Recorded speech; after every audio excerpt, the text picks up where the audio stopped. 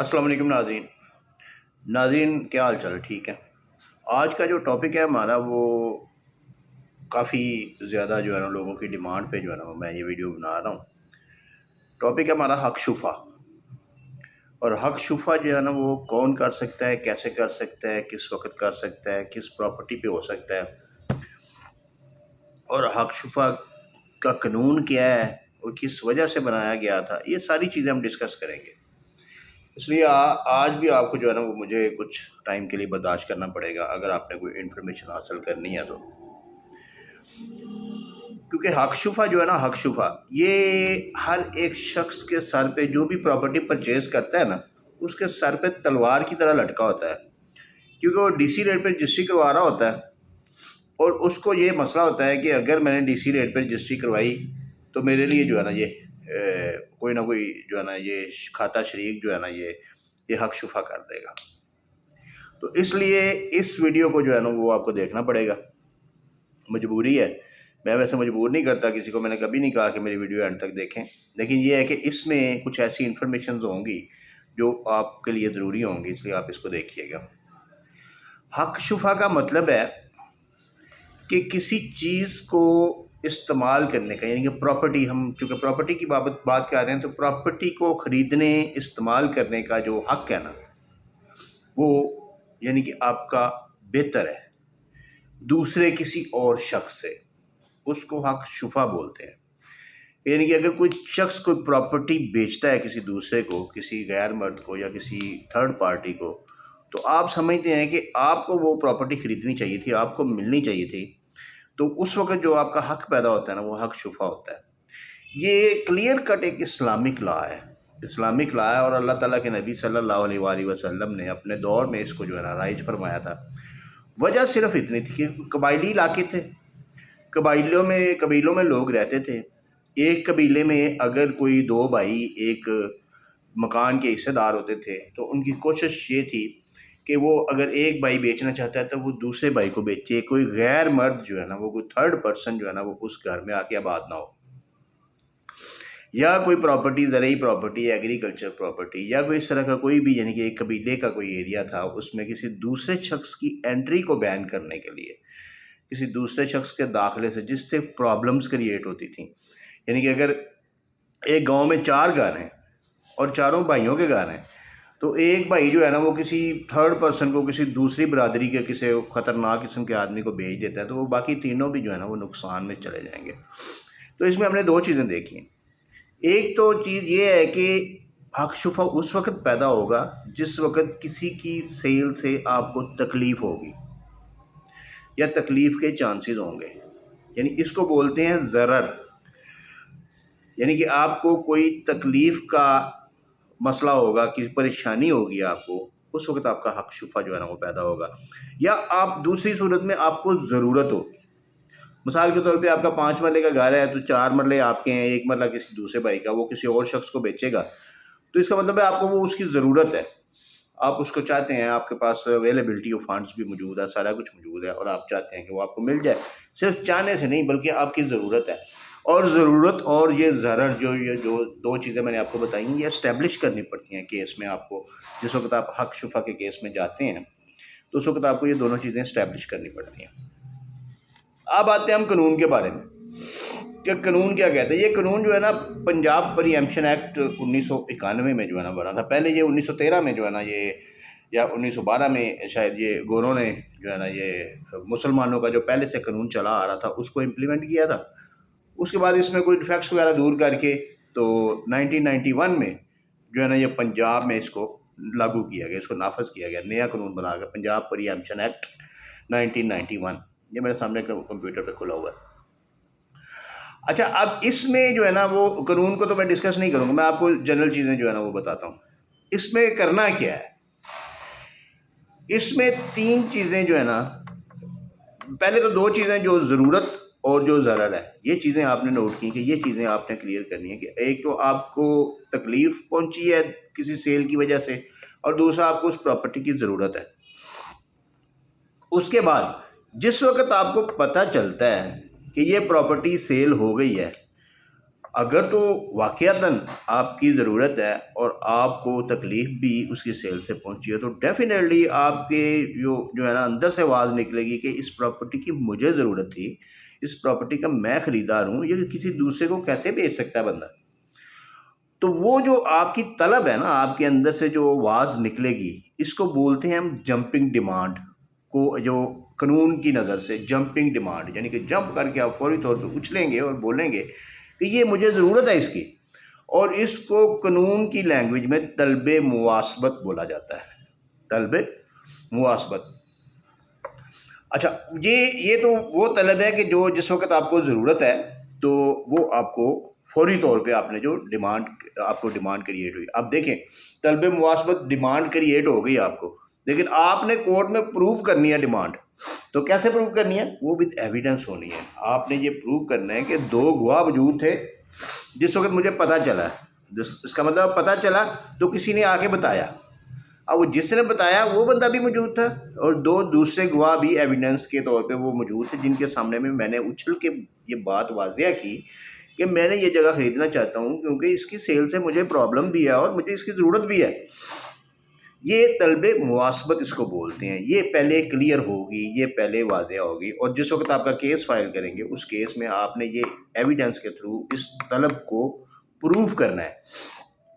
طلب مواسبت اگر پروو نہیں کرتے تو میں آپ کو کیس لا بتا دیتا ہوں، یہ میرے سامنے ہے، 2025 CLC 259 احمد یار ورسز چاند پیر شاہ، لاہور ہائی کورٹ میں یہ کیس جو ہے نا وہ اس کو صرف طلب مواسبت مکمل نہیں ہو سکی، اس کی وجہ سے اس کو خارج کر دیا تھا۔ تو یہ طلب مواسبت کی بابت ہے۔ اچھا، اس کے بعد جس وقت طلب مواسبت ہوگی، آپ نے اچھل کود کر لی، اس کے بعد آپ نے وہ جمپنگ ڈیمانڈ کر دی، اس کے بعد آپ نے فوری طور پہ جو پرچیزر ہے، جو پراپرٹی جس نے خریدی ہے، اس کو بدریہ نوٹس آپ نے جو ہے نا وہ آپ نے فوری طور پہ اس کو بدریہ نوٹس آپ نے مطلع کرنا ہے کہ یہ پراپرٹی میں خریدنا چاہتا تھا، اور اس کا ٹائم جو قانون میں ہے وہ تو 15 دن کا ہے، لیکن کوشش آپ نے کرنی ہے کہ یہ اس سے کچھ پہلے ہی ہو جائے۔ اور یہ نوٹس، اس کو طلب اشہاد بولتے ہیں، اور یہ نوٹس بھی آپ نے کیس میں پروو کرنا ہے۔ اب اس نوٹس کو کیسے بھیجنا ہے؟ آپ بدریہ TCS بھیج سکتے ہیں، بدریہ UPS بھیج سکتے ہیں، UMS بھیج سکتے ہیں، لیکن AD ہونا چاہیے۔ AD کا مطلب ہے ایکنالجمنٹ ڈیو۔ ایکنالجمنٹ ڈیو یعنی کہ اس کو جب ملے تو آپ کو اس کی رپورٹ آئے کہ واقعی اس کو مل گیا ہے، اور جب مل گیا ہے، نوٹس اس کو مل گیا ہے، نوٹس کے انگریڈینٹس آپ کو بتاتا ہوں، نوٹس اس کو مل گیا ہے، آپ کو اس کی رسید مل گئی ہے، تو وہ آپ نے کورٹ میں پروو کرنا ہے۔ اس میں آپ نے کورٹ میں وہ ڈاکیے کو بھی ایز اے ایویڈنس آپ نے بدریہ کورٹ وٹنس جو ہے نا اس کو بلانا ہے، اور جو آپ نے نوٹس بھیجنا ہے اس میں دو گواہ وہی والے جو جمپنگ ڈیمانڈ کے وقت موجود تھے ان کا ذکر لازمی ہونا ہے، اور اس کے بعد آپ نے اگر بدریہ جو ہے نا وہ ایڈوکیٹ یا کونسل، آپ اس کو جو وکیل کے تھرو آپ نوٹس بھیج رہے ہیں، تو اس وکیل کی ایویڈنس بھی آپ نے کورٹ میں کروانی ہے۔ یہ سارے پوائنٹس، چھوٹے چھوٹے پوائنٹس بھلے آپ لکھتے جائیں یا نوٹ کرتے جائیں، لیکن یہ آپ کے دعویٰ کی ڈگری ہونے کے لیے بہت ضروری ہیں۔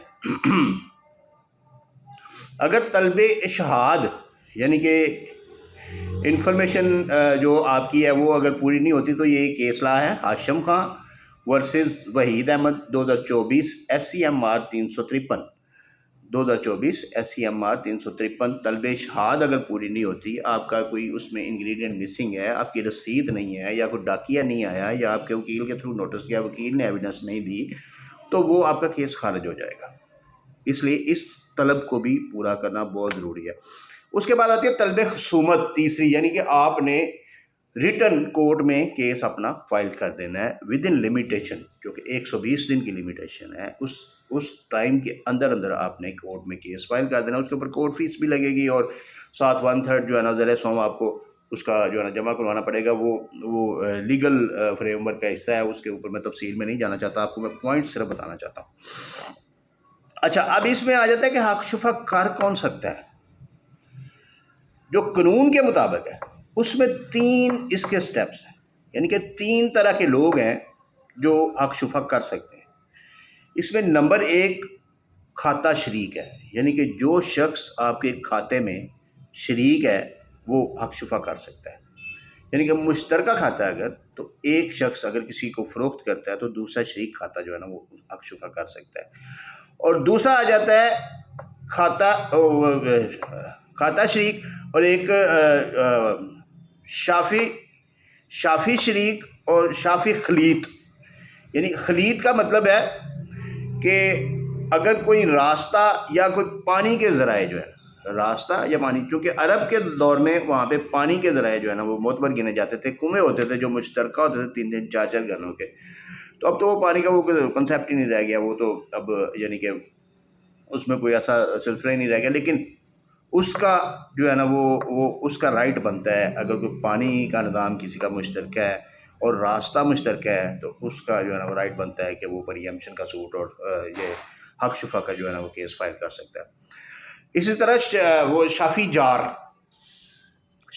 جو ہے نا وہ آپ کا نیبر، یعنی کہ جو آپ کے کھاتے میں بھی شریک نہیں ہے، راستے میں بھی شریک نہیں ہے، پچھلی سائڈ پہ نیبر لگتا ہے یا لیفٹ سائڈ پہ نیبر لگتا ہے یا رائٹ سائڈ پہ نیبر لگتا ہے یا اس کا وہ دوسری سائڈ پہ بھی اگر دروازہ ہے تو اس کا بھی رائٹ بنتا ہے. لیکن یہ رائٹس جو ہے نا یہ بھی ترتیب وائز ہیں کہ پہلے جو ہے نا وہ اس کا ہے کھاتا شریک کا، شافی شریک کا، اور دوسرا جو ہے نا شافی خلید کا، اور تیسرا شافی جار کا. تو یہ ترتیب سے آتے ہیں. اگر 2 بندے کر دیں گے تو پھر کورٹ یہ دیکھے گی کہ پہلے والا کون سا جو پرائرٹی ہوگی جس کی اس کو جو ہے نا وہ ڈگری کیا جائے گا. تو یہ جو ہے نا اس میں سارا آ جاتا ہے کہ یہ حق شفا کے کیس میں. اب حق شفا جو ہے نا اس میں سے اس کا ایک قانون میں آپ کو ابھی جو اچھی چیز ہے آپ لوگوں کے لیے وہ میں آپ کو بتانے لگا ہوں. اس میں حق شفا کا جو قانون ہے نا اس میں سیکشن 2 ہے ڈیفینیشنز کا. سیکشن 2A آپ نے پڑھنا ہے. جس وقت بھی آپ کے خلاف کوئی کیس ہوتا ہے یا آپ کوئی کیس فائل کرتے ہیں تو سیکشن 2A اموویبل پراپرٹی کی ڈیفینیشن ہے. اس ڈیفینیشن میں وہ کہتا ہے، یہ قانون کہتا ہے کہ immovable property situated in any area, کسی بھی جگہ پہ ہو other than in urban area. Urban area میں اگر ہوگی تو وہ اس قانون کے تحت نہیں آتی. یہ بہت بڑی بات ہے. اور ود ان کنٹونمنٹ لمٹس، یا کہ اگر کوئی کنٹونمنٹ کے ایریا میں کبھی بھی حق شفا نہیں ہوتا. اربن ایریا آپ نے کیسے فائنڈ آؤٹ کرنا ہے؟ اربن ایریا آپ نے دیکھنا ہے کہ اگر آپ کی رجسٹری اربن ایریا میں ہوئی ہے تو اس کی کوئی لمٹس ہیں، جیسے کہ TMA کی لمٹس ہیں، میونسپل کمیٹی کی لمٹس ہیں، ٹاؤن کمیٹی کی لمٹس ہیں. اگر تو آپ کی پراپرٹی اس ایریا میں واقع ہے، یہ نہیں کہ وادی دے ہے یا کوئی دوسرا یا کوئی لال لکیر ہے، یہ نہیں، وہ دوسری چیزیں ہیں، سیپریٹ چیزیں. یہ ٹاؤن کمیٹی، میونسپل کمیٹی اور جو ہے نا یہ آ جاتا ہے TMA، تحصیل میونسپل ڈسٹرکٹ میونسپل ایڈمنسٹریشن، جو ایڈمنسٹریشن کے اندر ایریاز ہوتے ہیں. یا دوسرے لفظوں میں آپ کو میں سادہ لفظوں میں بتاؤں، جس رجسٹری کے اوپر جو اسٹامپ ڈیوٹی 1% لگے گی وہ اربن ایریا کی رجسٹری کہلائے گی، اور جس رجسٹری کے اوپر 3% لگے گی وہ رورل ایریا کی کہلائے گی. تو جو پراپرٹی اربن ایریا میں آ جاتی ہے اس کے اوپر حق شفا نہیں ہوتا. یہ آپ ذہن میں رکھ لیں، وہ حق شفا خارج ہو جاتا ہے. صرف ایک کیس لا ایسا ہے، ایک کیس لا 2007 SCMR 336، جس میں سپریم کورٹ نے کہا ہے کہ ضروری نہیں کہ کوئی پراپرٹی زرعی پراپرٹی ہے، وہ بھی سکنی پراپرٹی کو نہیں کہا گیا، اس کو زرعی پراپرٹی کے بارے میں کہا گیا ہے کہ زرعی پراپرٹی اگر کوئی اربن ایریا میں بھی واقع ہے تو اس کے اوپر بھی حق شفا کے چانسز ہو سکتے ہیں. یہ کورٹ نے ڈیسائیڈ کرنا ہے کہ وہ حق شفا چل سکتا ہے یا نہیں چل سکتا، کیونکہ اگر اس میں ضرر اور ضرورت کی دونوں چیزیں موجود ہیں اور وہ اس لیول تک ہیں کہ واقعی اس میں اس شخص نے جس نے جو کیا ہوا ہے کیس اس کو ضرورت ہے، تو پھر وہ حق شفا چل سکتا ہے. لیکن اس کے علاوہ اربن ایریا میں کسی قسم کا کوئی حق شفا نہیں چل سکتا. اس لیے اربن ایریا میں کوئی دکان، کوئی مکان، کوئی پراپرٹی، کوئی کمرشل پراپرٹی خریدتے وقت آپ بالکل پریشان نہ ہو کہ اس کے اوپر حق شفا ہو جائے گا. وہ حق شفا نہیں ہو سکتا. اگر وہ کرے گا تو آپ نے یہ قانون جو ہے نا وہ جا کے تو آپ نے اس کو پیش کر دینا ہے عدالت میں، تو وہ اس کو جو ہے نا وہ خارج ہو جائے گا، اس کا کیس خارج ہو جائے گا. 2007 SCMR 336 اس کو جو ہے نا وہ کہتا ہے کہ وہ چل سکتا ہے. تو باقی جو قانون ہے وہ سیکشن 2A اس کی ڈیفینیشن میں جو کلیئر کٹ ہے کہ اربن پراپرٹی جو ہے نا وہ اموویبل پراپرٹی جو ہے نا وہ وہی ہے جو اس کے اندر آتی ہے، جو رورل ایریا میں آتی ہے، جو اربن ایریا میں آتی ہے اس کے اوپر یہ حق شفا جو ہے نا وہ اپلائی نہیں ہو سکتا۔